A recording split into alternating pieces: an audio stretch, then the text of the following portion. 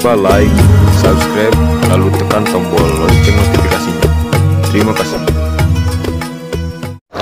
Assalamualaikum warahmatullahi wabarakatuh. Bismillahirrahmanirrahim.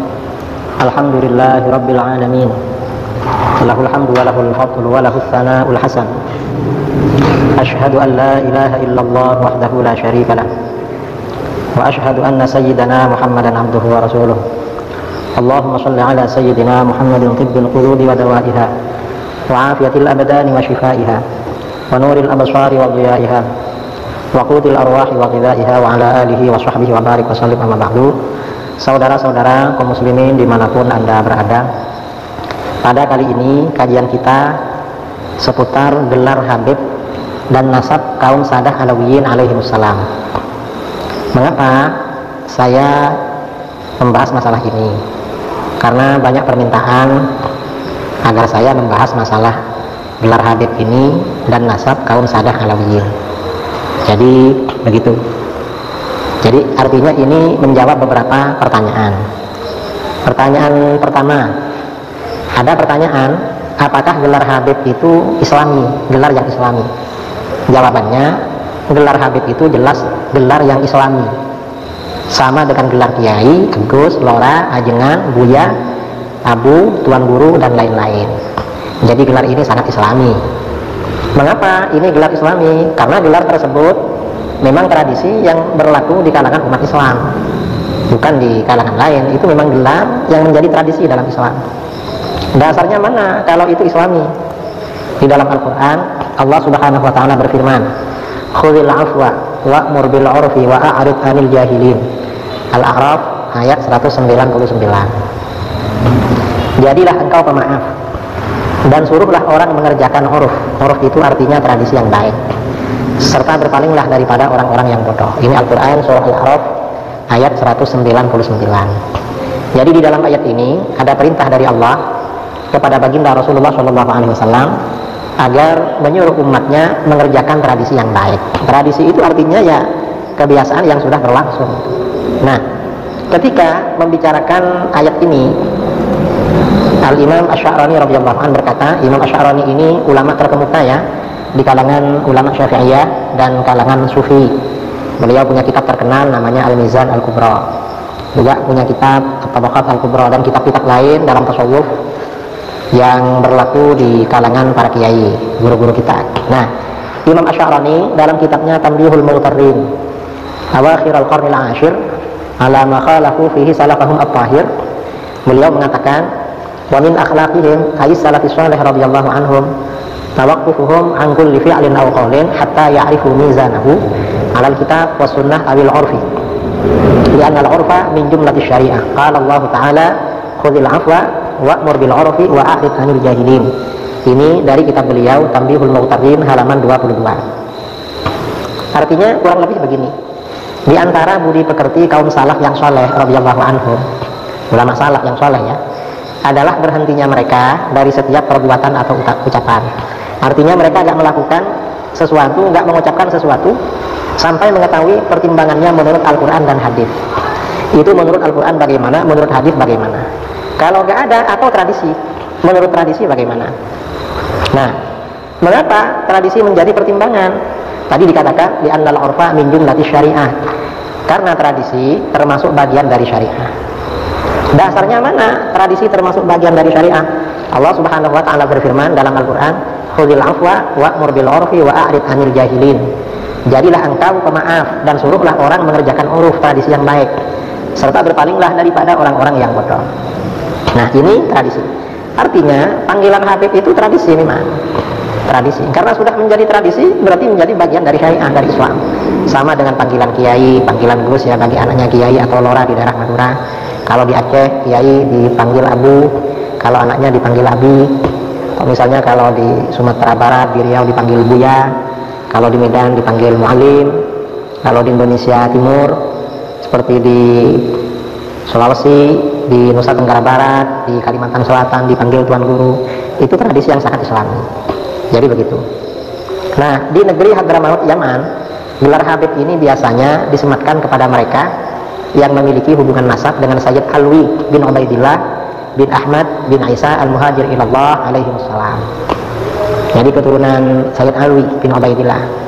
Nah, gelar Habib ini menjadi tradisi khusus mereka sejak masa Al-Habib Umar bin Abdurrahman Al-Attas radhiyallahu anhu. Jadi sejak masa Habib Umar Al-Attas tradisi. Karenanya para ulama Alawiyin ya, yang sebelum Habib Umar nggak dipanggil Habib, seperti Syekh Abu Bakar bin Salim. Karena sebelumnya memang tradisi ini belum berkembang. Setelah berkembang baru dipanggil Habib. Ini gelar Habib ya. Ini pertanyaan pertama. Kemudian pertanyaan kedua, ini ada pertanyaan kedua. Ini bertanya pada saya ya, sebagian netizen tanya, apakah Sadah Alawiyin yang sebagian menyebar di Asia Tenggara dan diberi gelar Habib itu memang keturunan Rasulullah SAW? Yang Habib yang asli maksudnya ya. Nah, jawabannya iya. Mereka memang keturunan Rasulullah SAW dari jalur Sayyidina Husain bin Ali radhiyallahu anhu atau Sayyidina Husain bin Ali alaihi wassalam. Dari jalur itu memang keturunan Rasulullah SAW. Nah, ada pertanyaan, apa dasarnya bahwa mereka adalah keturunan Rasulullah SAW? Jawaban kita, para ulama kita, seperti Sayyid Murtada Az-Zabidi yang mengarang syarah Ihya Ulumuddin ya. Beliau punya kitab Ithafus Sadah Al-Muttaqin ya. Jadi beliau ini Sayyid Murtada Az-Zabidi, pengarang syarah Ihya yang terkenal sebagai ulama sufi, ahli hadis dan ahli bahasa, juga guru ulama Nusantara Syekh Nawawi Banten, juga pendiri NU Hadratus Syekh Hashim Asy'ari, juga ulama Nusantara kontemporer yang lahir dan wafat di Mekah Syekh Yasin Al-Fadani dan lain-lain, mengakui kalau mereka memang sadah ahlul bait, memang sayyid memang. Ini misalnya ya, misalnya Sayyid Murtada Az-Zabidi.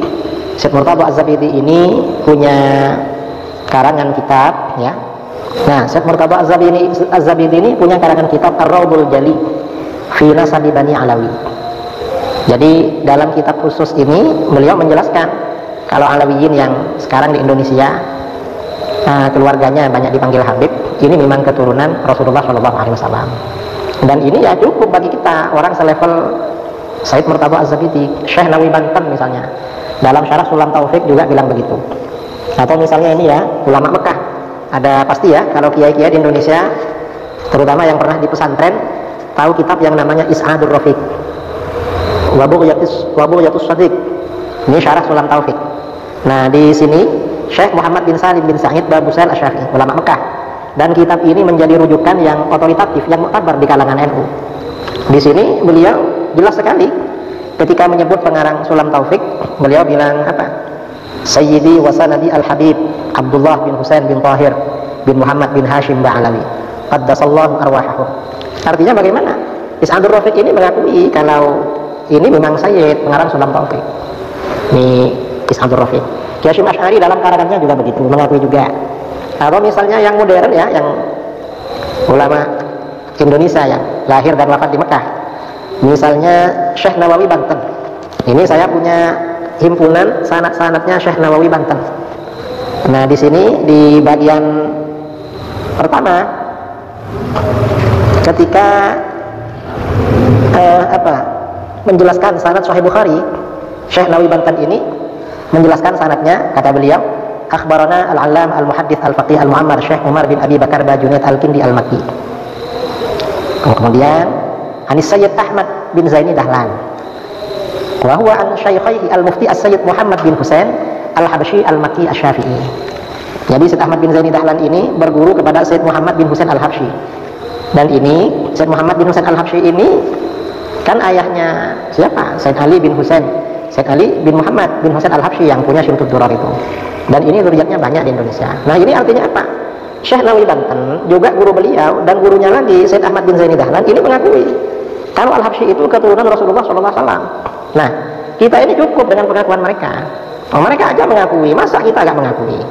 Dan kita di Nahdlatul Ulama, di kalangan pesantren, memang kitab-kitab yang kita pelajari kitab mereka, karangan Sayyid Ahmad Zaini Dahlan seperti Syarah Jurmiyah, atau muridnya beliau ya, I'anatul Talibin, muridnya Sayyid Ahmad Zaini Dahlan, Sayyid Abu Bakar Syafa' Dimyati. Pasti mengakui juga sama gurunya Sayyid Muhammad bin Husain al-Habsyi. Berarti marga al-Habsyi ini memang keturunan Rasulullah SAW. Artinya seperti ini cukup sebenarnya kalau mereka sebenarnya sayyid, sama dengan sayyid-sayyid yang lain di Indonesia yang memang mereka dari keturunan Alawiyin. Ada yang menggugat, perlu apa gak perlu pembuktian kitab dari abad keempat. Ya kalau mau mencari silahkan dicari, tapi ya jangan dipaksa-paksakan cari seperti itu. Karena sekarang ini abad ke-15 Hijriyah, bukan abad ke-5, jauh kalau abad ke-4. Kita ini jangankan masalah nasab, fikih Syafi'i yang banyak kita ini, kitab-kitab yang kita kaji sumbernya kan setelah abad ke-6, sejak masa Imam Rafi'i dan Imam Nawawi, lalu periode berikutnya. Artinya tidak langsung pada ulama Syafi'iyah abad ke-5, ke-4, ke-3, apalagi kepada Imam Syafi'i. Bahkan sebagian pendapat Imam Syafi'i itu kita jumpai di kitab-kitab ulama abad ke-7, dan kita percaya sama itu, kita agak menggugat. Ini kan ulama abad ke-7 ya, misalnya tentang hadiah pahala bacaan Quran pada orang mati, Imam Syafi'i mengatakan tidak sampai. Yang bercerita siapa? Ibnu Katsir dalam tafsirnya. Padahal Ibnu Katsir ini kan hidup pada abad ke-8 Hijriah. Apa Ibnu Katsir gak dipercaya? Ini kan abad ke-8, perlu pembuktian dari ulama Syafi'iyah abad ke-3 atau abad ke-4. Ya repot kalau seperti itu, memang kitabnya gak ada sama kita memang, dan kita percaya sama itu. Mengapa? Karena Ibnu Katsir memang orang yang bisa dipercaya, baik dalam tafsir, dalam hadis, atau dalam fikih dan lain-lain. Apalagi sekarang ini memang kitab-kitab yang dikaji di Indonesia itu kan kebanyakan kitab-kitab abad 10 Hijriah. Paling lama kitabnya Imam Nawawi, Minhajul Talibin.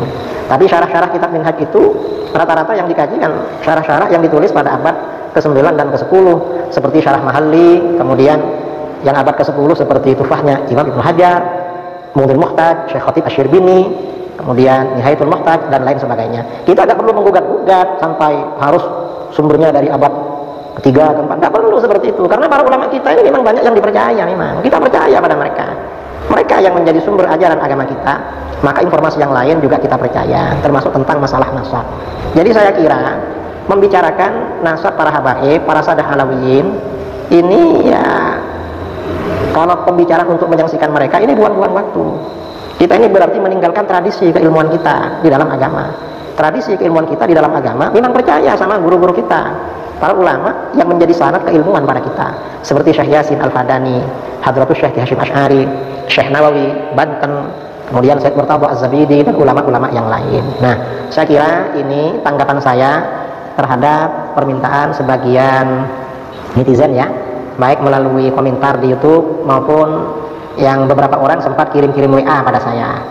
Ya sebenarnya kalau dilacak di kitab-kitab nasab ya ada juga sebenarnya, tapi kalau seperti itu kita ini seakan-akan gak percaya sama guru-guru kita, ulama kita. Ini bahaya saudara. Kalau kita ini kurang percaya kepada Syekh Nawawi Banten, Hasyim Asy'ari, Syekh Yasin, Syekh Murtadha, ini bisa kita akan percaya sama berkah. Jangan-jangan nanti kita gak berkah ilmunya. Kalau bagi kita gak berkah, gimana bagi generasi yang akan datang? Ini yang perlu kita jaga. Sekian, mudah-mudahan bermanfaat. Allahu a'lam bishawab. Assalamualaikum warahmatullahi wabarakatuh.